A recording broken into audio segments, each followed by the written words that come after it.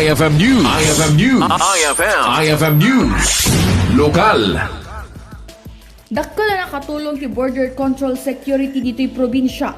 Partikulara iti ili ti Badok kan ili ti Pagudpud iti panagbalin ti Ilocos Norte nga African Swine Fever Free wenno ASF Free. Inyo na'y unay ni Dr. Modesto Jeff Laroya iti Provincial Veterinary Office 24/7 ang nakabantay na iti maseknan tapno masiguro nga awan iti makailibas iti baboy. Inay na karay iti daduma nga entry kan exit point iti probinsya kat adlay iti agbambantay akameng iti Philippine National Police. 24/7 ti border control tayo at ti animal quarantine station tayo iti Badok.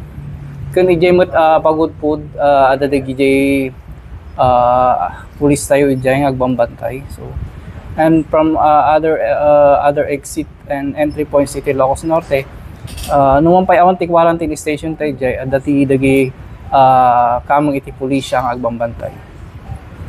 Imunan iti daytoy naragsak nga impakaammo ti Provincial Veterinary Office anawayan iti probinsya iti pangta ti African Swine Fever. Mainay iti daytoy agtultuloy lata iti panang palagip da karay iti kakailyan nga obserbaran dagiti taraken ken ipakaammo nga adda iti sabali a pasama katapno saan nga mairamraman dagiti dadduma nga taraken ken dagiti agtartaraken. Para iti IFM News, Idol Bernadette Toledo, Tatak, IFM.